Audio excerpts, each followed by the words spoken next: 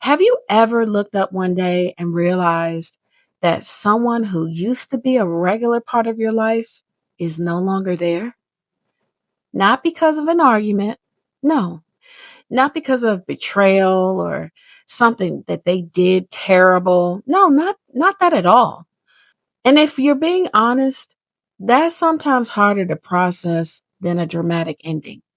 Hi, I'm LaShonda, and welcome back. I thought I'd switch it up a little bit and make our third installment a little more cinematic. In our first conversation, we talked about mean girl culture from a mother's perspective, and we discussed some of the unhealthy behaviors that oftentimes show up in friendships and social circles. And in our second conversation, we talked about why some of those friendships simply just aren't safe and why wisdom matters when deciding who has access to your life. So today, I want to discuss something a little different. I want to talk about the friendships that don't end in a blow up, the friendships that don't end with someone necessarily being the villain. And, let's face it, those friendships, they just simply change over time. So as I've gotten older, I've realized in my own life that one of the most difficult parts of adulthood is accepting the fact that not every meaningful relationship is meant to remain exactly the same forever. I know that's hard to wrap your mind around, but sometimes people change, circumstances change, responsibilities change. And when those things happen, relationships, they often change too. I think many of us struggle with that because we want a reason. We want an explanation. We want someone to tell us what happened. But life doesn't work that way. For example, I've watched friendships change after marriage, not because anyone stopped caring. And I don't even think it was a situation where people were being selfish. I just feel like marriage brings new responsibilities and new priorities. And when two people become one, they're building a life together. Their schedules change, their commitments change, and their focus changes.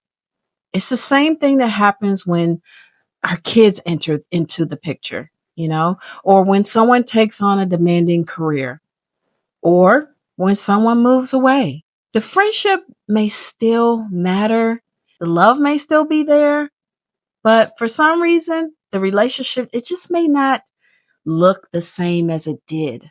And that's where many people, I think, get stuck because we often interpret change as a form of rejection. And I've learned that those aren't always the same thing.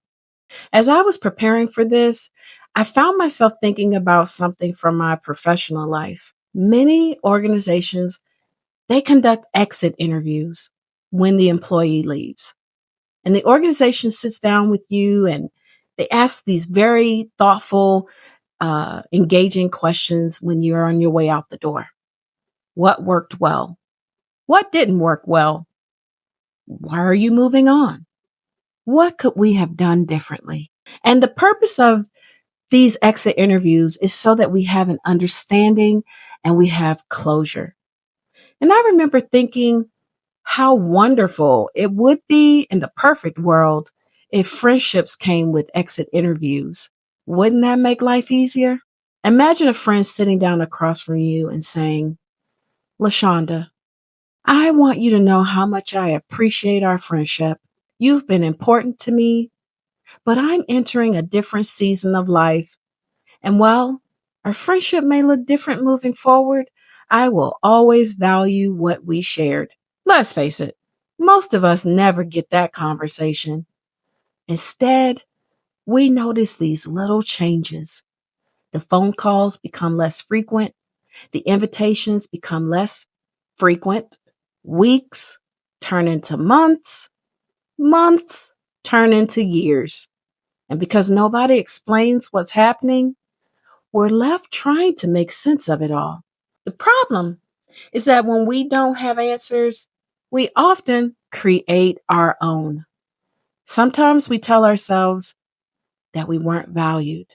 Sometimes we assume someone stopped caring, but often that's not even the case. Sometimes it's very simple. Two people, two good people, simply arrive at different seasons of life. Neither person is wrong.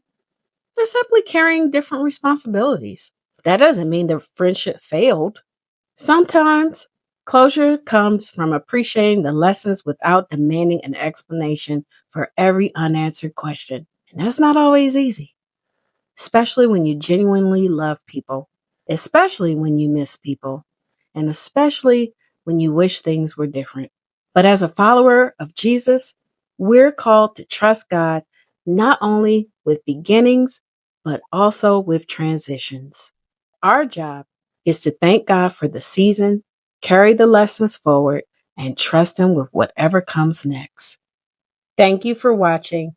If this message encouraged you, don't forget to like, share, and subscribe. Trust Him with the relationships He brings into your life and trust Him with the ones He allows to change.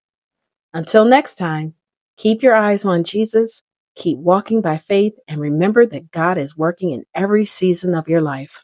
God bless.